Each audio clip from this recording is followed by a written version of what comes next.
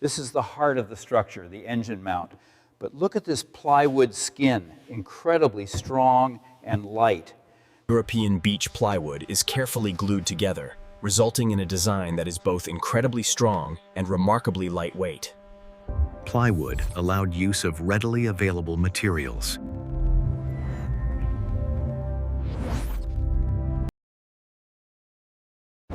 The narrator explains the use of fire-repellent paint due to the wood's flammability. The flying wing concept, where fuselage and wings are unified. The 4-degree dihedral angle significantly increases lift, resulting in reduced drag and superior maneuverability. The Horten's distinctive dihedral wings were crucial, significantly improving stability, especially during high-speed rolls. The tailless design lacks a vertical stabilizer, increasing the risk of side slipping. Elevons are unique control surfaces, combining pitch and roll control. The elevons control the aircraft's pitch. Moving simultaneously up or down allows the pilot to raise or lower the nose. The differential movement of the elevons controls the aircraft's roll. As the left elevon lowers and the right rises, the aircraft rolls right. The flaps were used for takeoff, landing, or increasing drag. These spoilers, also known as drag rudders, are an essential feature placed near the wingtips. They provide crucial yaw control during flight. The spoilers disrupt the airflow over the wing, creating drag and decreasing lift. The spoilers are critical for stability during both landing and high speeds, ensuring precise yaw control. The drag rudders are operated in pairs to provide precise yaw control. When not used, drag rudders were laid flat to minimize drag.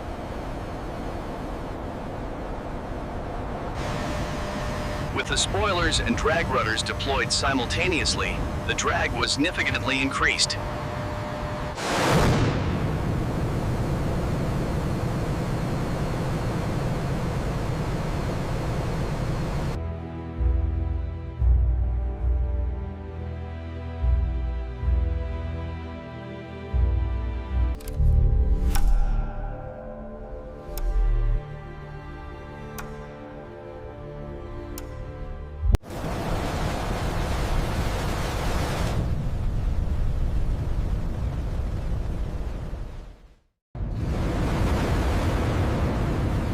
Inside the Jumo 0Z4, air is compressed and mixed with bus fuel.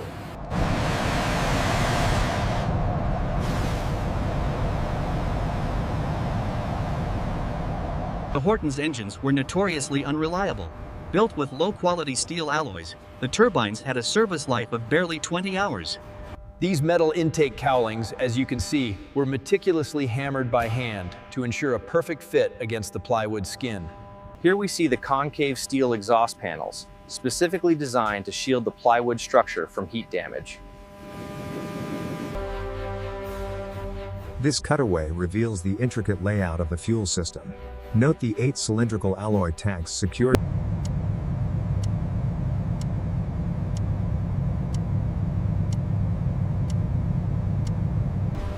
The Jumo 004 utilized a specialized synthetic fuel designated J2.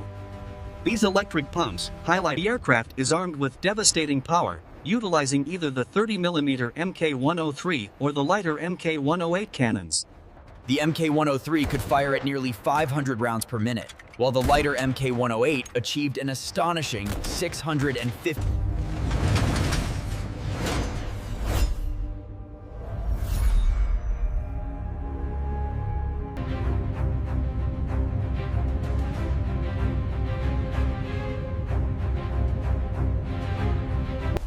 The V3 prototype was unarmed due to possible war shortages.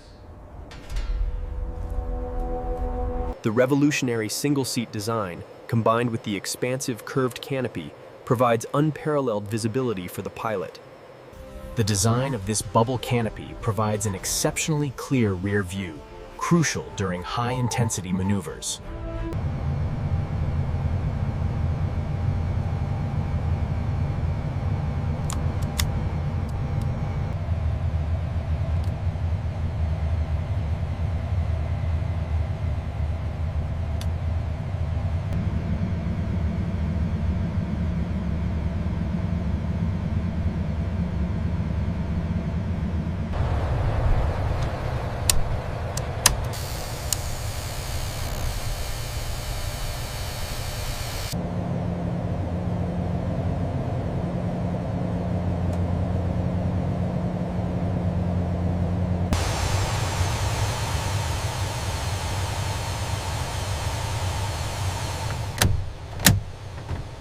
For the initial startup, first engage the battery, then the inverter, and finally the 3 main generators.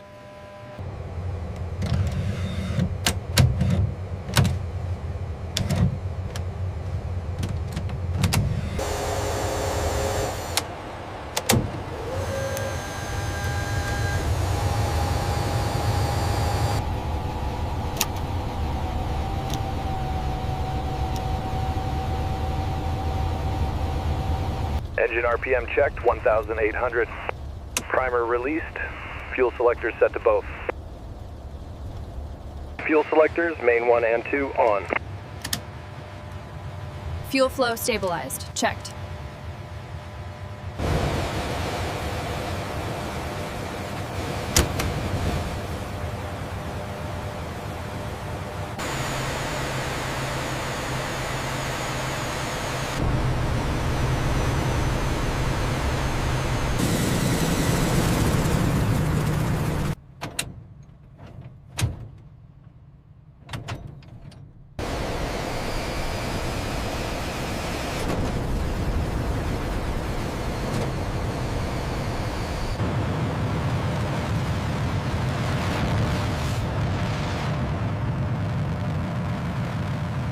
Estimates suggested the Ho-229 could take off in under 500 meters, utilizing its unique design for a rapid ascent.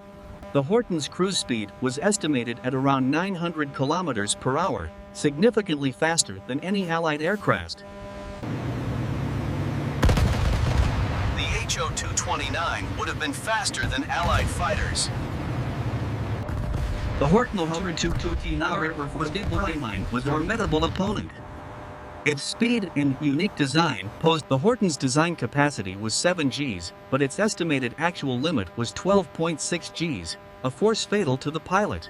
With the gear down, the flying wing projected landing speed is remarkable for a jet of this era, approaching the runway at under 100 miles per hour.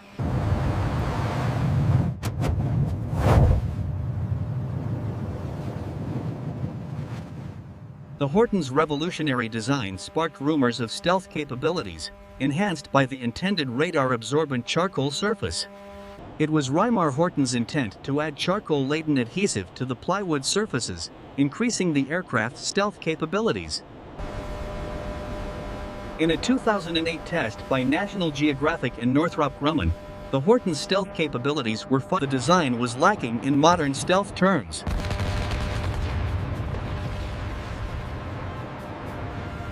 A true technical masterpiece, the Horten's flying wing design offered unprecedented aerodynamics, making it nearly untouchable at these altitudes. The end of the war ultimately marked the end of the Horten's development. The B-2 bomber, introduced 5 decades later, was the first successful operational tailless combat aircraft. The Horten V-3 prototype is preserved at the Smithsonian Air and Space Museum. We welcome your feedback on this simulation. Please point out any errors you notice so we can continue to improve.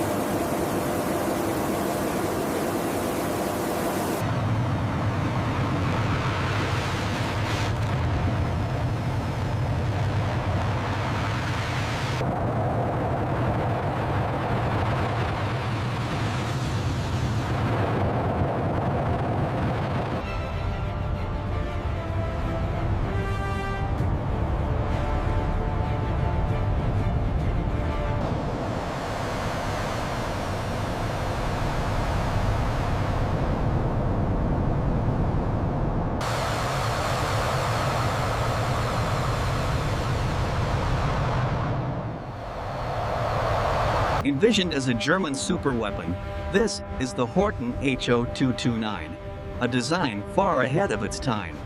The Horten's twin Jumo engines were designed to propel the aircraft to speeds of up to 620 miles per hour. But its appearance was incredibly futuristic. But beneath the surface, as we see here, it utilized a complex wooden framework. The Horten Ho-229, oft-cited as the first stealth aircraft, but with this wooden structure and This is the V3 prototype, the infamous Horten Ho-229, captured by the U.S. Army. Its experimental engines are now starting up. It was the first jet-powered flying wing aircraft. 2 prototypes were built, and extensive research was done on the captured V3. Despite its highly advanced, futuristic shape, the Ho-229 utilized rudimentary construction methods, primarily molded plywood and steel.